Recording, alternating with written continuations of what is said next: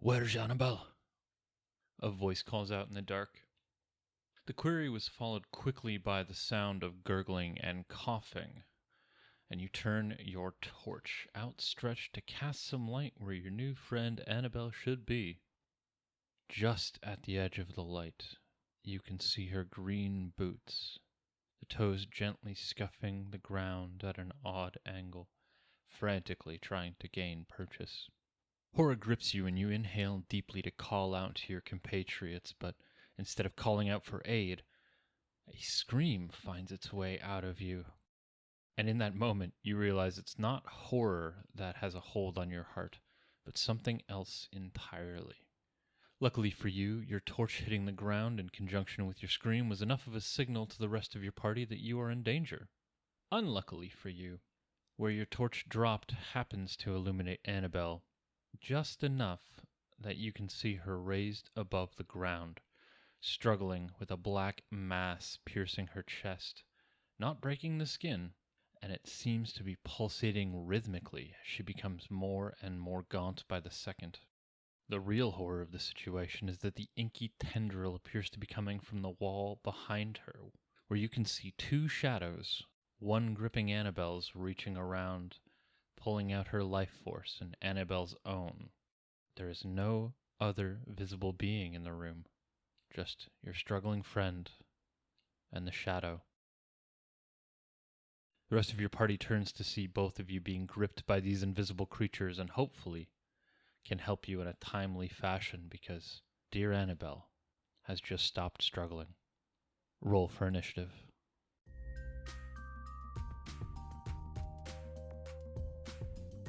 Hey there, creatures, and welcome to Encounter This, a podcast exploration of the creatures from Dungeons & Dragons and the lore that surrounds them.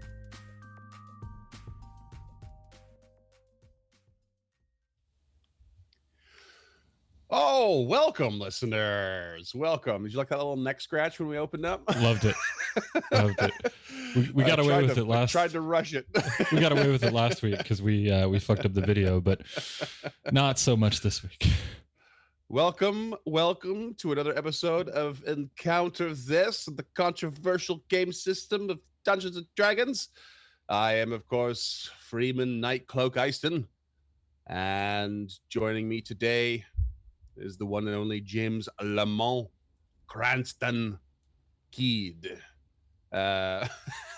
Whatever that means. That's going to make exactly two of our listeners very happy. Okay.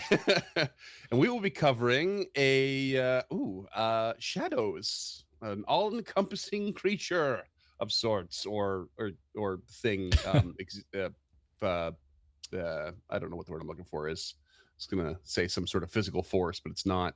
I don't know. Tell me about shadows. Okay. And why mine is still pinned to me all the time. Yeah, shadows are this is going to be a weird creature. Sort of. There's not a lot in D&D, which I guess you would imagine by it just being a living shadow.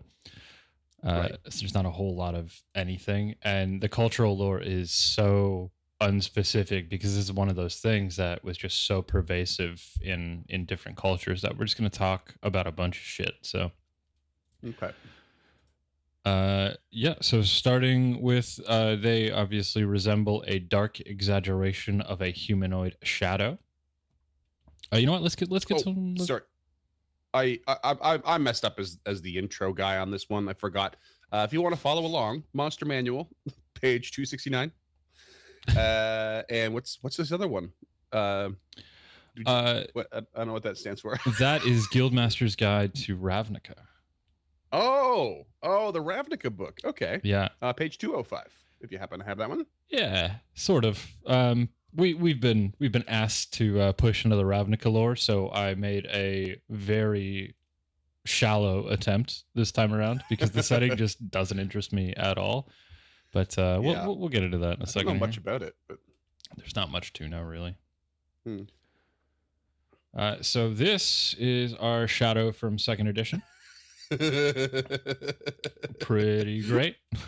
Looks like a silly silhouette from the Gremlins movies. Yeah, it's pretty fantastic. No feet or anything like that, because obviously shadows disappear where you as a human being touch the ground. So Mm-hmm. in D&D, they are incorporeal undead, as I'm sure we all picked up on. Mm-hmm. Here is the 3E art. Just a little bit creepy. Yeah, a little more gaunt, a little more hollow. It actually reminds me a lot of a 5e Mephit, so I couldn't really take it Yeah, seriously I as a can actually shadow. see that. Yeah. Yeah.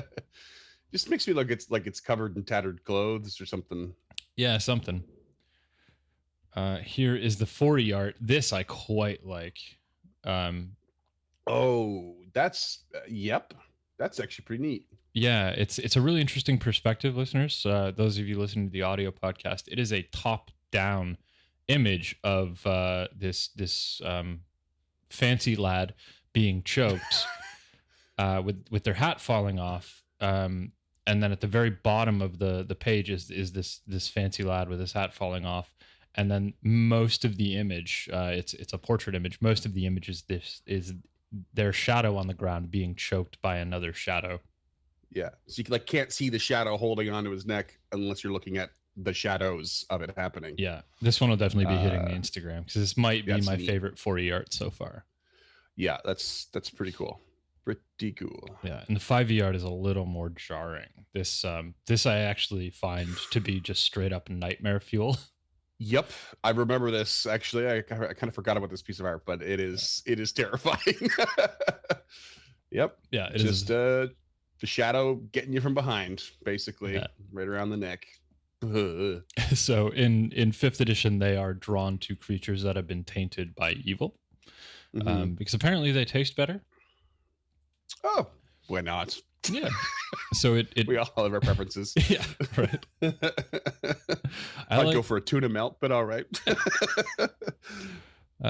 So they drain their victim's strength and physical form until its shadow begins to move on its own. And then once the mortal dies, the shadow then breaks free, giving birth to a new shadow. The fun part about 5e is if the mortal somehow comes back to life, the shadow birthed from it senses the mortal's rebirth and seeks out its parent to dispatch it. And the creature that has been reborn no longer casts a shadow until the undead shadow is destroyed. So it's like the Highlander. You can only have one. All right. And that's kind of fun, though. Yeah. And that's it for 5e Shadows. That's it, eh? Yeah. Ooh, simple. So in previous editions, they hate life and light, and they specifically seek out mortals who lived good lives. Though they hesitate to confront those wearing silkstone. I don't know why this is. There's a link to silkstone in the show notes. It's an actual mineral. It's a fibrous variety of quartz. Couldn't find out why they're not a fan of that at all in any of the reading that I tried. So here we go. Excuse me. Yeah. And their touch saps the strength of living creatures, just like 5e. But in this case, they're not needed as sustenance. They exist entirely on the negative energy that they themselves are made up for. They're just straight up an addict for living energy. Okay. So if denied this living energy for too long, they will enter a frenzy and begin to just attack anything. Normally, they're pretty wary. Right. They're ambush predators. You know, I would say hide in the shadows, but that feels like a hat on a hat. Yeah. Yeah.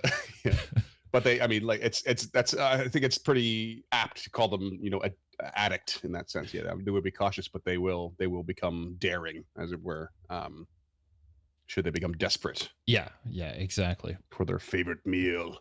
And they usually live alone in dark places, but every now and again you can find a gang of shadows, which is an actual collective noun from previous editions, which refers to between 2 and 5.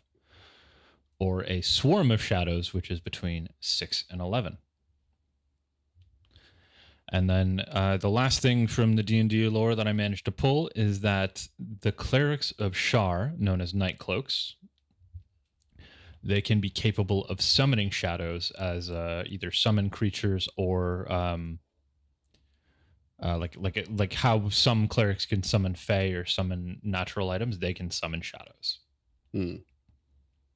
And we've also left a link to the Forgotten Realms page on Night Cloaks because they're pretty metal. They're like evil clerics. Oh yeah, they're really neat. Yeah, Char's cool. not a good deity. not one of your chummy types. No. I can tell you that Pathfinder Second Edition doesn't really have. If anything, it has less lore than that for shadows. Oh wow. Yeah, just a quick glance at it. I haven't looked at them once before. You guys have encountered one in Abomination Vaults already. Yep. But I think maybe the cool-ish thing about these is like they're basically the same. They lurk in dark places. They're incorporeal undead. They particularly are can be in certain ways held back by a glowing weapon or some sort of source of light, unless they're feeling really intent on coming at you. They do have there are two different levels of stat blocks for the shadow. It's a shadow and a greater shadow, and there's a bunch of variants as well. I won't go into detail, but I think maybe one of the cooler things about what you can do with the shadow in this case, and probably the 5e as well, is like the way you fought one. It wasn't just a random shadow. It was the shadow of a very particular individual from that place from centuries ago, and it took a particular form. And it was dressed in fine clothing that you could barely see in the shape of the shadow and stuff. And so there was like a backstory built in it. You never got it because it wasn't about to parlay with you, but it was kind of a cool little thing. I was like, okay, they're not just random incorporeal undead. They are likely to be something very specific. That is neat. Yeah. So you can have a lot of fun with that. It's simple enough to just like kind of slap that on and make an artwork just like a sort of, I don't know, just a dark tone or whatever. Just color it black, and then boom, you got shadow. Right. Just up the contrast to 100%, and you've just got like the black silhouette of I don't know, like a pterodactyl or something. That'd be fun. That'd be pretty cool. My brain was not about to go that direction, but I'll take it. Shadow dinosaurs. Yeah, one of the things in cultural lore, I don't know where it comes from in my head, but I have this image of something in my head just turning into something that flies, jumping onto a wall or a floor, skimming the floor, and then popping out again. I couldn't figure out where it came from because again, this is so pervasive. Like creatures either being able to meld into the shadows or become shadows or control shadows. It exists everywhere. Every culture has something like this. Every pop culture touchstone has something similar to a degree. Yeah. Obviously, that's an exaggeration. Listeners, don't write in. Yeah, I mean, that's shadows. Where there's light, there's shadows. So everyone's gonna have some story about it. And we all know, thanks to this show and beyond, that people's imaginations from a long time ago ran pretty rampant. Yeah, which is a perfect segue to our cultural lore segment. Okay, sweet. So the first thing we're going to talk about today is obviously something that I'm not going to be able to pronounce very well. So this is an indigenous an indigenous population native to the southeastern United States, known as first of all, I don't speak this language. This language was very hard to find a pronunciation guide for, and the language itself is very different. So the emphasis and the cadence of the language is like staccato while being rhythmic. Okay. So this is the Choctaw tribe. Forgive me. I'm trying my absolute best here. And we're gonna talk about some of their words that I'm going to try and pronounce, but I'm real nervous about this one. To the Europeans, this was known as one of the 5 civilized tribes. I've left a link to that if you want to look more into old-timey racism. But they believed that every man had a Shai Lom Bish, an outside shadow that always followed them, and a Shi Lop, inside shadow or ghost, which after death eventually goes to the land of ghosts, and that's something we can look more at in Ghosts. But when the mortal dies, the Shi Lum Bish would wander restlessly, moaning over its former home, its home being its host, seeking another place to live. it would then try and frighten its friends, which, are other shadows, to scare them away so it could take their place with their host. Okay. Which I just thought was awesome. Like this. Yeah, that's fun. Yeah. And it could take the place of specific animal shadows as well, like an owl or a fox, but there were different words for that I couldn't find. What I like about that is it's almost like being haunted by your dead friend's ghost. So people were probably like, seeing a shadow go, oh crap, so and so just died. I'm feeling, the trauma of that. But it's specifically the outside ghost you're saying. So it's not the ghost inside ghost. It's the outside shadow. So it's like the ghost following you, but it's specifically not the ghost. Yeah. Yeah. There's a reason this one is that. first. Yeah. I also cool. fell in love with that. And they have another preternatural being based on a shadow called the Na Lusa Chito, which is a great black being. God, I feel terrible pronouncing it like that, but I want to try and do this population justice. Why not? Yeah. So it is thought to be it is thought to seek out people of evil or depressing thoughts, and it would then enter their mind and eat their souls. All right then. Yeah, and they were very afraid of this. So many Choctaw people would not even say its name in fear of summoning this creature. Okay. Makes me wonder how they learned about it if they didn't want to say its name. So how did they pass it on? Yeah, there is another name that they say, and it's related to the internal shadow. The Shilup is. And it's another word. I can't remember what the other word, but it's something Shilup, and that was like the word that they did say. Right. Okay. Like evil shadow, I think it means like this, something like. I picked up on a little bit of these translations, like Lusa from that Na Lusa means like wolf or hunter. Okay. So this means like person, hunter, and then whatever Chito means. Gotcha. So yeah, it's a really interesting language, and I spent like probably 2 hours trying to learn how to pronounce those 4 words, because I just wasn't getting it. Like any O sounds like an O in note without any other accents, and any I sounds like an I in ice. So it's Mahabharata all over again. Yeah. This was a particularly difficult one for me. The next creature on the list is the Jinn, which is Jinn, anglicized as genies or romanized as D-Jinn.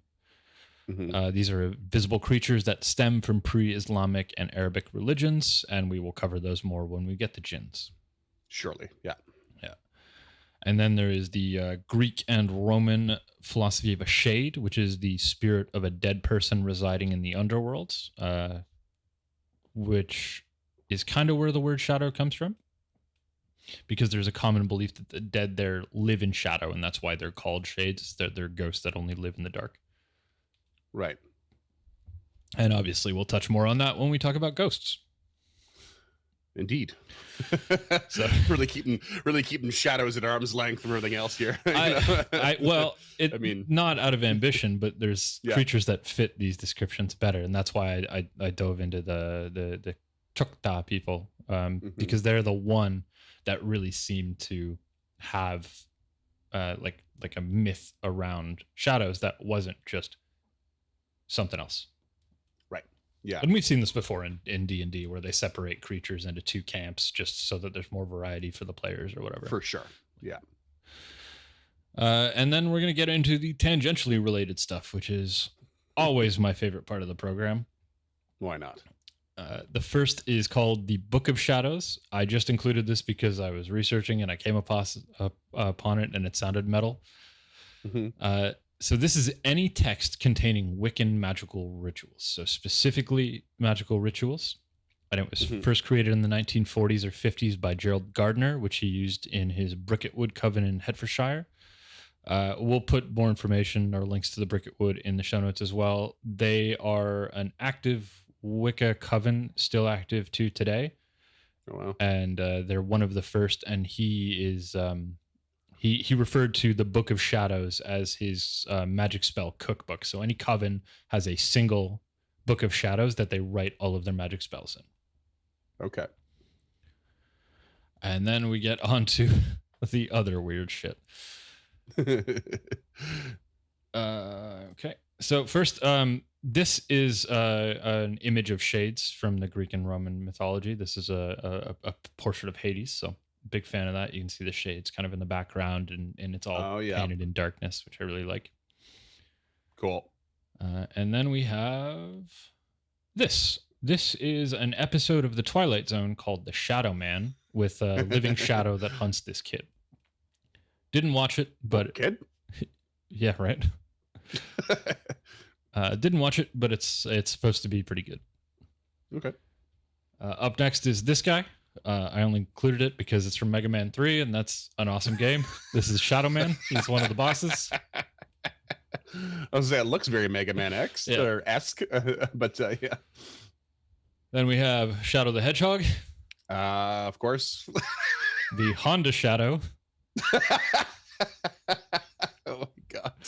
And finally, to where I concentrated most of my research because this is one of my areas of expertise, the Shadow. Oh. So this... The comic books, friends. I bet we're getting into comic books. Yeah. This is a gentleman made famous in the early 1930s, specifically July 31st in 1930, first debuted on the radio in the Detective Story Hour. Who knows what evil lurks in the hearts of men? The Shadow knows. The Shadow. That's fun. Yeah. Later followed into pulp magazines, written by Walter B. Gibson, starting in 1931. Later, in September 26, 1937, the first Shadow-only radio drama, so known as The Shadow. This is when I started not listening, but this is where I picked up the series. I'm a big fan of these radio dramas. These radio dramas, listeners, are why I got into podcasts. And that's so, you know, when you listen to things like the Golember and the October intro, this is directly responsible for that. And the first episode was Death House Rescue. We'll have a link to that in the show notes as well, because it's all public domain now. And it was starring the then 22-year-old Orson Welles. Oh, 22. Yeah. Damn. And then in 1938, he was replaced by Bill Johnstone. He's probably the most famous voice of the Shadow. And then in 44 by Brett Morrison, who played him on and off for 10 years. Mm. And then in the 1940s, it migrated from pulp into comic books.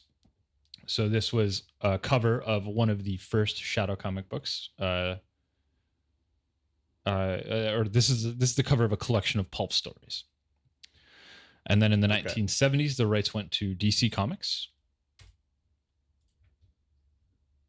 So here's one of the first, The Shadow. I think this is volume 2. I actually have this this whole run on my shelf next to me. He's back, and God help the guilty. It's so funny.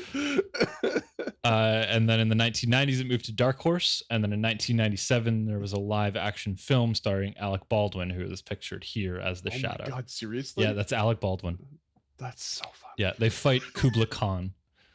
Of course they do. And the books are now published by Dynamite, so they're still going here and there. In the books, the Shadow is known as Kent Allard, though it isn't revealed until 1937. So not 6 years after they started the books, they finally revealed his identity in a book called The Shadow Unmasks. Mm-hmm. He was a famous pilot in French for the French during World War I, known as the Black Eagle. Later, excuse me, later recanted to be the Dark Eagle. Excuse me again. And after the war ends, he fakes his death by crashing his plane in Guatemala before encountering an ancient Xinca tribe. Okay. Don't know if they're real. Didn't bother to look it up. But essentially, he uses magic tricks, his own intelligence, and a Colt 45 to hunt down criminals. The Colt 45. Yeah. So, in almost all other media, his alias is only Lamont Cranston. But in the books, he actually steals Lamont Cranston's identity as a cover while Lamont's out of town. He acts as Lamont in New York. Oh, okay. And then in the radio drama, he does culturally appropriates a lot of Eastern European and African stereotypes, in which he learns how to read minds and hypnotize people enough to make them think that he is invisible. So just by looking at you, he can hypnotize you into not being able to see him. So he must have erased your short-term memory at the same time then. Yeah. He also routinely states that this shit isn't magic and is based on science. Amazing. Yeah. And after the war, he returns to New York and decides his best way to use these newly appropriated skills are to become a vigilante. Does that sound familiar to you at all, Freeman? Yep, a little bit. Yeah, and that's probably because Bob Kane and Bill Finger cite the Shadow as the basis of this man here, the Man of the Bat. Batman's origin story is specifically based on the book Patterns of Peril, which is a shadow pulp by Theodore Tinsley. So Batman is cool. just a 1930s, a more 1930s version of the Shadow. Alan Moore has also cited him as being the inspiration for V. Okay. He's also clearly the inspiration for Darkwing Duck and Darkman, and yeah. I could go on. But there is one last one that I want to touch on because it's really close to my heart, and it is this. This is Beware the Grey Ghost. This is an episode of the Batman the Animated TV show, I think from 1994, wherein Batman meets his pulp hero, the Grey Ghost, who is clearly based on the Shadow. He's got the cloak, he's got the fedora, he's got the goggles. In this, he uses a gas gun. So this is an homage to Bill Finger and Bob Kane or being inspired by the Shadow as Batman, but this goes deeper. The reason I love this so much, and I'm getting chills just talking about it, is because the voice of the Shadow is Adam West. Oh yeah. And the late Adam West and the late oh my God, what is Kevin Conroy? Kevin Conroy, thank you. And the late Kevin Conroy cites Adam West as being one of his big inspirations for playing Batman. Mm-hmm. So this is both an homage to the Shadow and Adam West, two very, very prominent figures in Batman's history. Yeah. So this episode always strikes home for me, not only because I love the pulp aspect of it, but because I love Adam West as this Shadow analog, and I love the meta homage it's paying. Yeah. I actually have a figure of the Grey Ghost on my shelf next to me. That's how much I love this episode. I got one Batman Beyond figure and then a figure of the Grey Ghost. And that's just a great poster and image in general. It evokes a lot of, I don't know, just a lot of pulp. Yeah, at the very least. Yeah, the yellow and the grays, So this will definitely be hitting the Instagram as well. Cool. And then we have one last cultural thing that I feel like we need to talk about, even though I super don't want to. And that is the shadow person. So this is a shadow figure or black mass. These were popularized around April 12th, 2001, when a man called Art Bell interviewed another man claiming to be an indigenous elder called Thunderstrike. About these beings from their indigenous culture that were never identified, and it is believed that Thunderstrike was actually just a white man, because Art Bell is super problematic, as is his radio drama, and that's why we're not going to name the radio show here. But this sparked the beginning of a belief in a race of shadow people that exist in our world. So real people believe these things exist, and they're very clearly modeled after the Shadow Man in that Twilight Zone, because all reported sightings have them wearing a fedora, and they are believed to be the devil himself coming after these people. And this is a real belief. 2 years later, somebody wrote a book about it, like confirming the existence, and this is what is credited as kicking off this human belief in shadow people. First I heard of it. Yeah, this is the first I heard of it too. But if you research shadowy, or if you Google shadowy figure, You don't get a whole lot, but if you Google Yeah. shadow humanoid, this is the first thing that comes up, which is wholeheartedly Gotcha. depressing. I can't say beyond a shadow of a doubt that these things don't exist, but these things don't exist. Yeah, probably not. Gonna go ahead and say that the devils and fedoras are not walking amongst us. Yeah. just go throw it out there. Yeah. So, Okay. that is the end of what can loosely be defined as cultural lore and cultural impact. So we're just going to take a quick break, and we'll be back very shortly.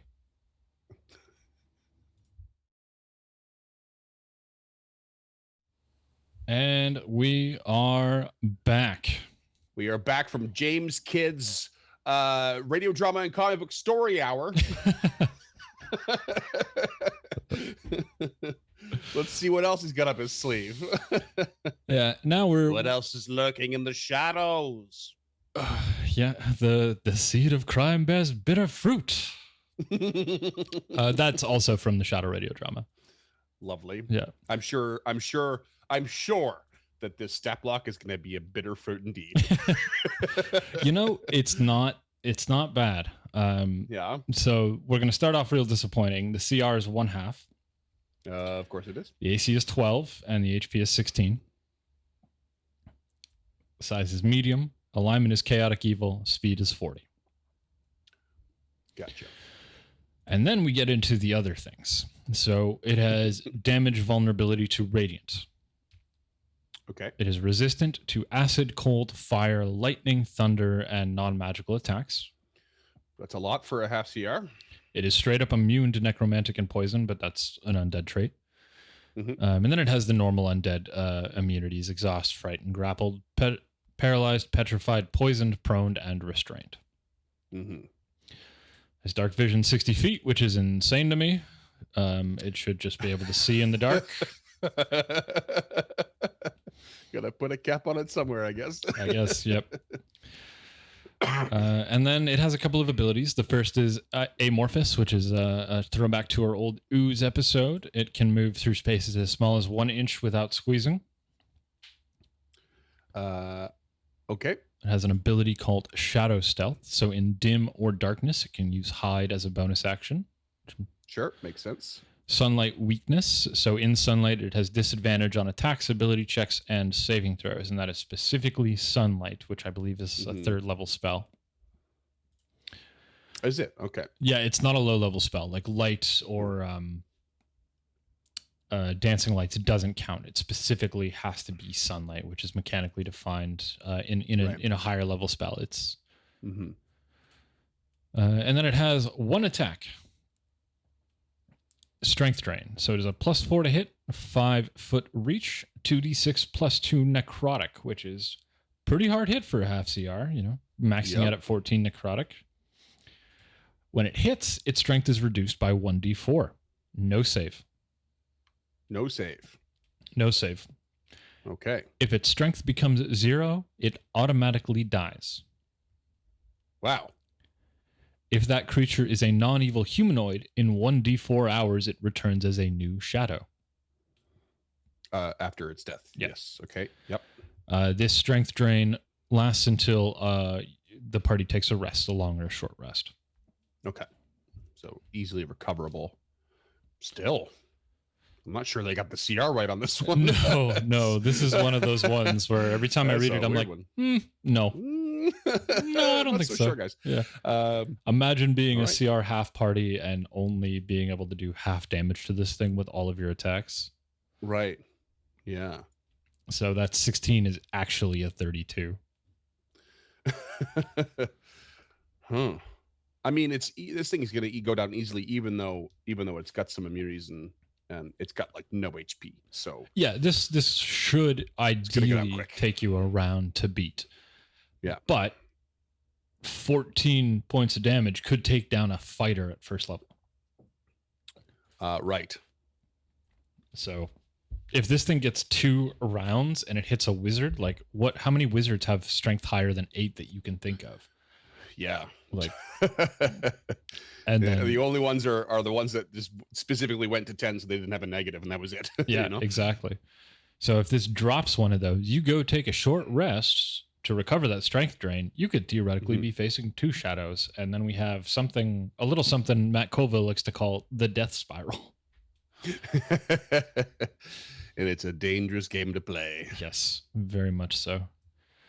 But that's it for the 5e1. They're very simple and straightforward, but I like them. These are one of my favorite creatures mechanically because they do, they get in and out, they hit hard, and they go down fast.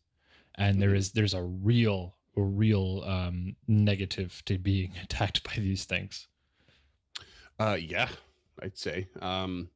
Yeah, I mean, quickly comparing to the 2e one too, it's all very similar. It's got the light vulnerability and stuff, and it's immune to pretty much the same idea of stuff, and it's got a good amount of resistance. So the resistance isn't overcoming that work quite differently.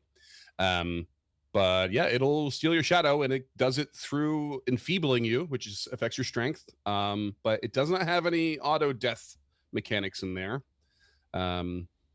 Unless there's just like a nested rule in there when you get enfeebled so far you automatically die, but I don't think that's true.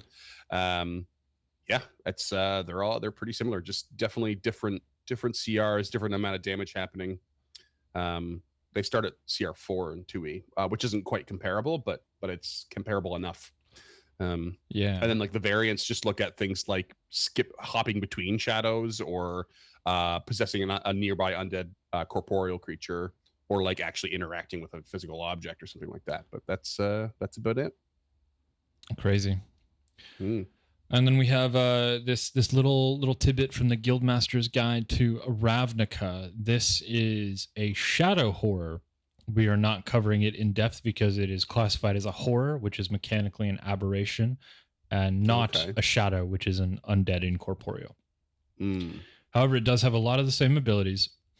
And it has 2 that I think can really quickly make the shadow more interesting. The first is incorporeal movement. So that's regular movement, but if it ends its turn inside of a creature or object, they take 1d10 necrotic damage. Okay. Yeah. Very similar to a ghost. So, sorry, the creature takes it, or the person they're inside? The person they're inside of, yeah. Okay. Yeah, if they finish their space in, yeah. Yeah. It also has something called Lashing Shadows, which is a recharge 5 or 6. So all creatures within 60 feet are required to make a DC 16 Dex save, and that's 6d8 necrotic on a fail. Keep in mind, this is a CR9 creature with an AC of 13 and 120 HP, but if you want to make this just, even 3 CR higher, throw in one of those Lashing Shadows and just drop the dice, Make it 2d6, recharge on a 6, and then all of a sudden this is a CR3. No problem. Yep. Yeah. I mean, it seems odd to have the incorporeal movement on an aberration, but yeah, it's the way horrors work. So the idea is that in Guildmaster's Guide to Ravnica, you can take this horror template and apply it to any creature, but all creatures, the type of creature is a horror, whereas in this, the type of creature is a shadow. Gotcha. So it's a horror made of shadows, not a horror of shadows. Gotcha. I don't know if that made any sense whatsoever. I think I'm following you, but yeah, okay. Yeah, it's like a family of creatures that can turn any other creature into its own family kind of thing. And yeah. Okay, so horror is a template that you stamp on stuff. Cool. Yeah, it's actually a really interesting mechanic. Neat. Yeah. Cool. That's it, man. That's it. Unfortunately, I actually don't have anything I would do differently with the shadows. I've run them a bunch and they are dangerous, so I never run them as CR1/2. So I will always run I'll run 2 or 3 of them as like a CR2, and that normally works out pretty well. These seem like creatures that I would get more, I think, fun out of them by having them, in this case with this stat block, having them like lurking around a town and killing locals and townsfolk and stuff like that as a way of building up some tension. And then maybe they, the party probably would encounter at least one and like risk that death have a a more tangible, hands-on experience of why it's so dangerous. But yeah, but otherwise, yeah, these are definitely side creatures. They're a little dangerous, but they're not your main enemy at all. Yeah, I like using them as like walls. So like if you've got a weaker main boss, throw an antechamber in front of that main boss, throw 3 shadows in there and throw up a couple of locking doors and make your party fight these creatures, and then either decide to take a rest in that antechamber just outside of the main boss's room where they could easily stumble upon them mid-rest, or just push on and then directly engage in the next fight without even realizing it. So right, yeah, they're a nice way to sap some resources before you actually attack, like a boss. Right, for sure. Yeah, because you might think twice about going into that boss room if your strength's been dropped down, and you're like, oh, we got a short or long rest, but is it worth it? Is it too dangerous to do that here? Will we be attacked again? Build up that tension. Do or don't go in, and then if they don't go in, they decide to back out. Like maybe that boss isn't there anymore, and something else gets replaces that spot, and things don't go so great for the grand scheme. Yeah, I mean, if you take an hour rest, that gives the boss time to buff or prep or set a trap or start casting defensive spells, something like that. Because if you're clanging around trying to hit a shadow with a regular sword, it's the reason it does half damage is because it passes through the shadow and hits the rock below or the floor below or the walls around it. So this is going to be a loud fight just based on the nature of incorporeal combats. Yeah. So that would alert anything in the next room if they're paying attention. Yeah.